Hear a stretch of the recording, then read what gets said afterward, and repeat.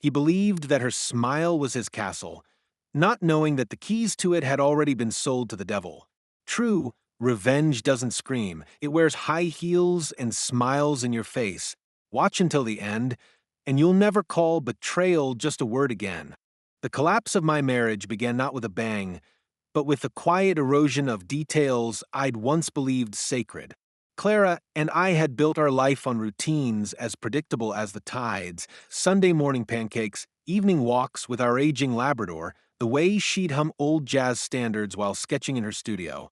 For 10 years, these rituals felt immutable, a fortress against chaos. But looking back, I see now how brittle it all was, how easily a single crack could split the foundation. It started with the scarves. She'd always been particular about her wardrobe, favoring muted tones and minimalist cuts. But that autumn, she began wearing vibrant silk scarves knotted tightly around her neck.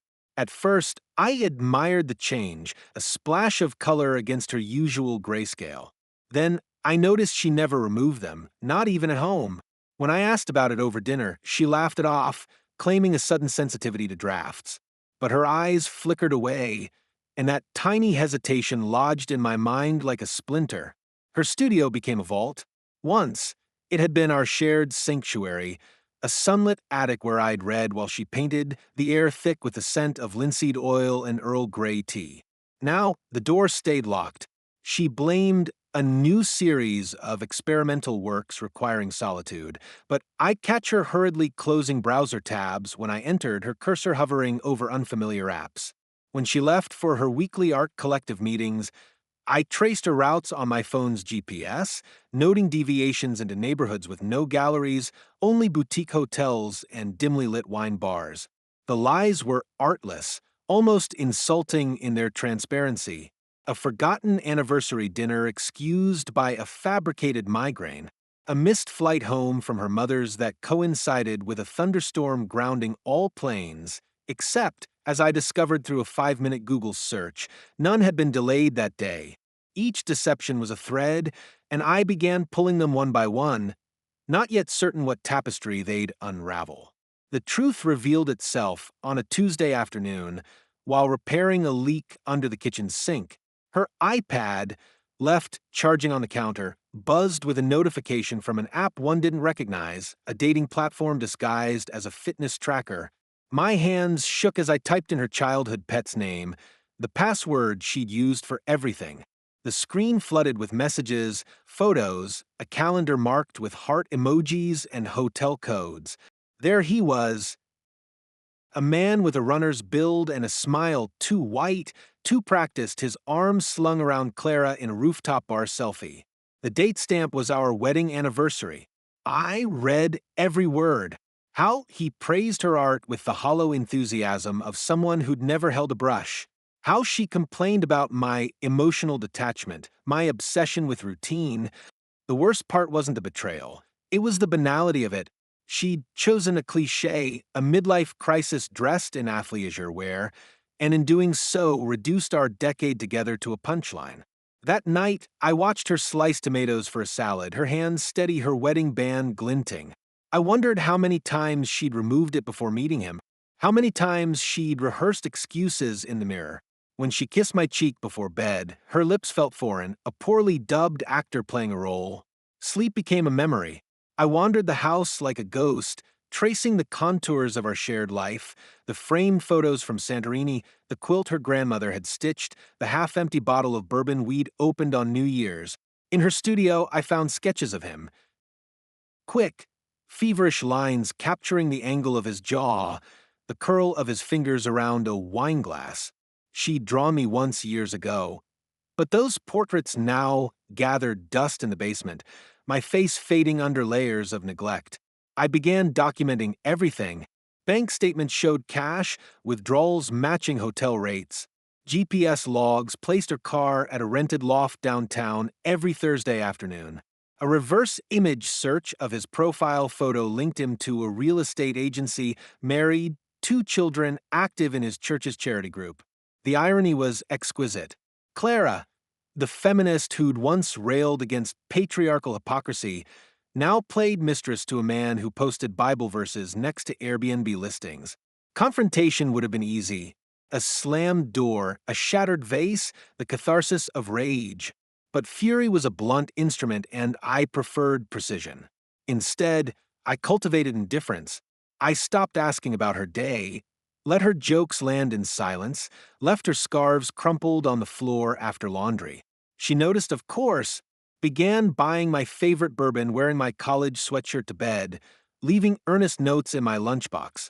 Let's talk, she scribbled once, the letters shaky. I tucked it into a drawer unread, next to her studio keys.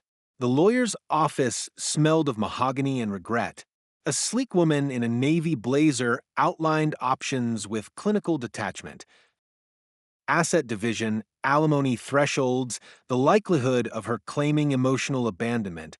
I signed retainer papers and left, my breath visible in the November air. At home, I transferred funds to an offshore account, digitized tax records, and compiled a dossier of her infidelity emails, receipts, timestamp photos. The weight of the folder felt like absolution. On the morning of our would-be 12th anniversary, I rose before dawn. Clara slept curled toward her nightstand, one hand clutching her phone. I dressed in the suit she'd tailored for me last Christmas, the wool snug against shoulders she'd once traced with sleepy admiration. In the kitchen, I brewed her favorite Ethiopian blend, lacing it with a Xanax crushed to powder. She drank it groggily, murmuring thanks, unaware the dosage would keep her unconscious for hours. While she slept, I emptied the studio. Canvases went into a storage unit under a fake name. Hard drives were wiped, backups shredded. On her laptop, I left a single file, a slideshow of her messages with him, set to Our Song by Elton John. The final slide quoted her own words from an email. I want someone who makes me feel dangerous. At noon, I parked outside the real estate agency. His Mercedes convertible gleamed in the employee lot, a vanity plate reading Merstar. I slipped a manila envelope under his windshield wiper. Copies of every flirtation, every lie, addressed to his wife's Pilates studio. Let him explain the hotel receipts, the selfies, the $500 charges at lingerie boutiques. Let his children learn the cost of danger. When I returned, Clara was still asleep, her breath shallow. I packed a duffel, passport, cash, the pocket watch my father left me, and drove to the airport. From the departures lounge, I sent her a text. Check your studio. Then I boarded a flight to Reykjavik, where the auroras would soon paint the sky in colors she'd never mastered. The house, the cars, the joint accounts, all hers. Let her drown in the relics of us.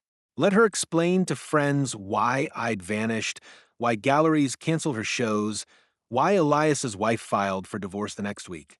Revenge, I realized, wasn't a knife plunged in the dark.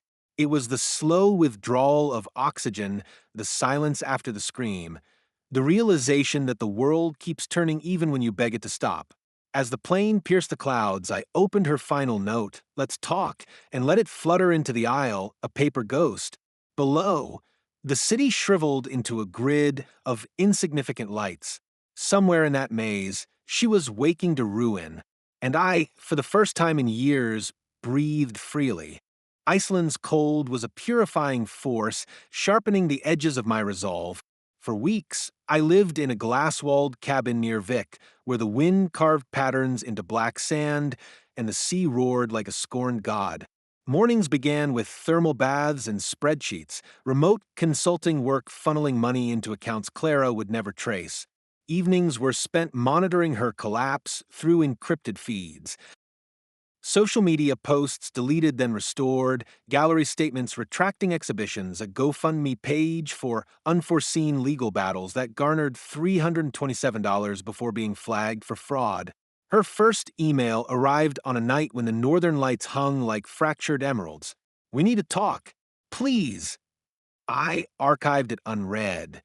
Then hacked into her cloud storage, a habit now, to find drafts of desperate letters to Elias, all unanswered. She'd painted over his sketches, crude black strokes defacing his features, but the obsession lingered in every overwrought line. Margot became an unwitting ally. Through a burner phone, she fed me updates. Elias's wife had frozen his assets, subpoenaed text logs, and leaked his affair to the congregation elders. His brokerage firm demoted him to a cubicle downtown, his name stripped from the office directory. Clara, ever the optimist, reached out to him. A screenshot of her plea flashed on my screen. "We can start over somewhere new." His reply: "You ruined my life. I let winter fold into spring. My days took on a rhythm of calculated detachment. Hikes across glaciers, whiskey tastings with a sommelier who never asked about the ring tan on my finger." Clara's Instagram, once a curated gallery of her art and our travels, devolved into blurry selfies captioned with Sylvia Plath quotes. She sold the Victorian house at a loss, the for sale sign tilted in muddied snow. The new owners painted the studio windows black. In March, a padded envelope arrived from my lawyer. Inside, divorce papers and a USB drive containing security footage from the loft. I watched it once, Clara laughing on a thrift store sofa, Elias's hand creeping up her thigh before mailing the drive to Margot with a note. For the custody hearing. By April, Clara had taken a barista job downtown. A former patron spotted her and posted a photo online. Hair dyed, uneven burgundy, apron stained, serving cappuccinos to teenagers who mocked her accent. The post went viral in art circles, a cautionary meme about selling out. That night, I dreamt of her hands, paint-stained and trembling, steaming milk instead of mixing oils. I began leaving digital breadcrumbs. Fake accounts praised her old work on forums, reigniting interest she couldn't monetize. A Berlin collector offered $20,000 for a piece she'd burned in a bonfire of self-pity. Her hopeful tweets about a comeback piled up unanswered. In May, Margot called, not through the burner, but my private line, a breach of protocol. "She's pregnant," she said, voice clipped. His, presumably, due in September. I stared at the fjord outside, its waters churning with ice. "And you're telling me this why?" Margot paused. "Because you deserve to know the collateral." The news should have gutted me. Instead, I felt nothing but a vague curiosity. What kind of father would Elias make? What stories would Clara tell the child about me? I donated $10,000 to a neonatal charity in Reykjavik and blocked Margot's number. Clara's emails grew erratic. Rambling apologies, accusations, screenshots of positive pregnancy tests. She threatened to fly to Iceland, then begged for money, then claimed she'd miscarried. I archived each one, my silence a weapon she sharpened with every plea. In July, I returned to the city, not for her, but for a client's merger deal. From my hotel suite, I watched her through a rented sedan. She waddled from the subway, belly swollen under a faded sundress, clutching a tote bag of groceries. The loft apartment she shared with a roommate had cracked windows and a flickering neon sign. Palm reader $10. I followed her to a park, where she slumped onto a bench, massaging her ankles. A toddler nearby hurled breadcrumbs at pigeons, and she flinched at each squawk. For an hour, I studied her. The way she checked her phone every 30 seconds, the nervous gnawing of her thumbnail, the absence of sketchbooks. This wasn't the woman who'd once debated Rothko's genius over Midnight Merlot. This was a stranger, hollowed by consequence. That night, I accessed her iCloud one last time. Between ultrasound photos and Pinterest boards for nursery themes, I found a draft titled "Letter to No One." "I thought freedom felt like flying," she wrote. "Turns out it's just falling with no one to hear you hit the ground." I deleted the file, erased my traces, and sent her a single email. "The storage unit is yours. Password, Odysseus." She'd remember. It was the name we'd given the stray cat who'd visited our porch, the one she'd sketched for a month before it vanished. Let her sift through the ruins of her art, the ghost of who we'd been. Let her explain to the child why Mommy keeps a locked box of canvases under the bed. As my plane ascended, I imagined her standing in the unit, surrounded by the echoes of her ambition. The slideshow still played on the laptop I'd left, looping our song into the dust. Outside the window, lightning fractured the sky, and I wondered if she'd finally understand. Some storms aren't survived, they're endured. Years later, on a rain-slicked evening in Lisbon, I found Clara's final painting in a flea market near Alfama. The vendor, a chain-smoking widow, insisted it was postmodern existentialism, but I recognized the brushstrokes immediately, those feverish swirls of cobalt and rust, the signature hidden in the corner like a scar. She'd titled it Eclipse, though I doubted anyone but me would understand the reference. I paid in cash and left it leaning against a dumpster down the alley, its canvas warping in the drizzle. Some ghosts deserved to rot in the open. My life had settled into a rhythm of deliberate anonymity. I rented a cliffside villa in Madeira, consulting for tech startups under a pseudonym. My past buried beneath layers of offshore trusts and forged credentials. Occasionally, a client would ask about the absence of family photos, the lack of wedding tan lines. I'd gesture to the ocean and say, "Commitments drown you here," and they'd laugh, assuming metaphor. News of Clara came in fragments. A former colleague mentioned her teaching art therapy at a community center, her students mostly recovering addicts and veterans.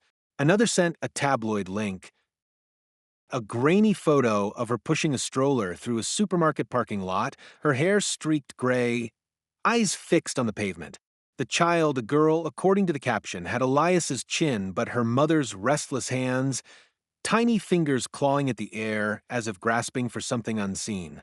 I never sought them out, not when business trips brought me to her city, not when curiosity prickled during sleepless nights. Revenge had long since curdled into ambivalence, its sweetness replaced by the metallic aftertaste of time. But life, in its petty symmetry, forced one last intersection.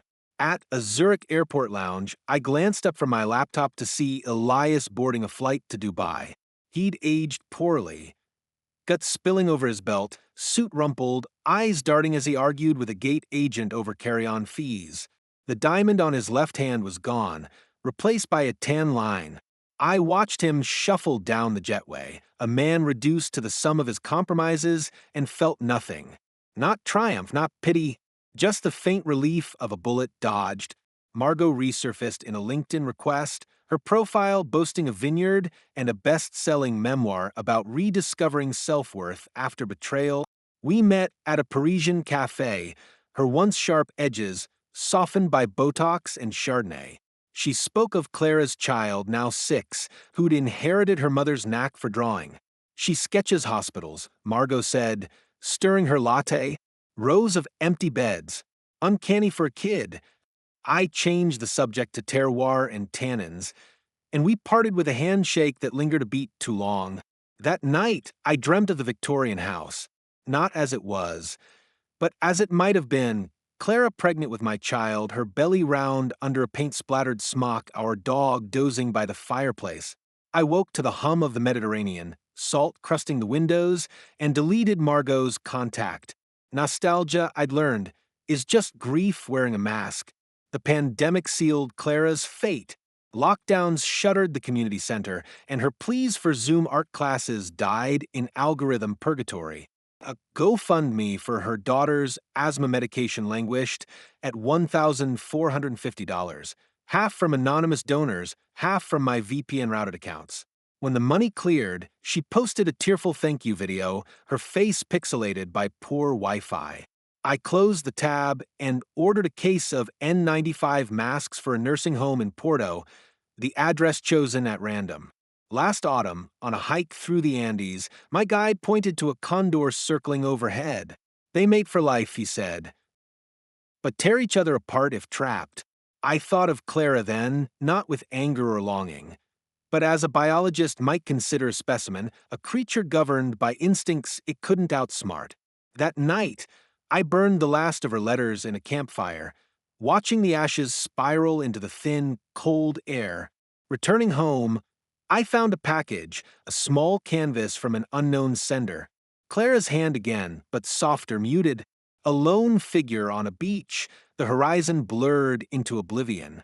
No note, no return address. I hung it in the guest bathroom, where humidity would warp the oils, and forgot about it until a dinner party guest remarked, "How tragic." I shrugged. Tourist art, probably mass-produced. This morning, I received a funeral notice. Clara's mother, dead at 89. The obituary listed her as survived by a daughter and granddaughter, no mention of sons-in-law or exes. I booked a flight but didn't board, instead donating the ticket cost to a hospice charity. Let the dead bury the dead. Now, as I write this on a balcony overlooking the Atlantic, a storm gathers on the horizon. The villa's caretaker, a widow with a talent for silence, has left a pot of tea and the day's mail. Between bills and journals lies a child's drawing, mailed without context. Stick figure parents holding hands under a rainbow, the mom's hair a scribble of red crayon. On the back, in a shaky adult script, "She asks about you." I fold it into a paper airplane and launch it toward the cliffs. The wind catches, carrying it seaward, a tiny flag of surrender. Somewhere below, waves smash against rocks, relentless and indifferent. I sip my tea, cool now, and watch the storm swallow the last light. One story may be ending, but the excitement never stops.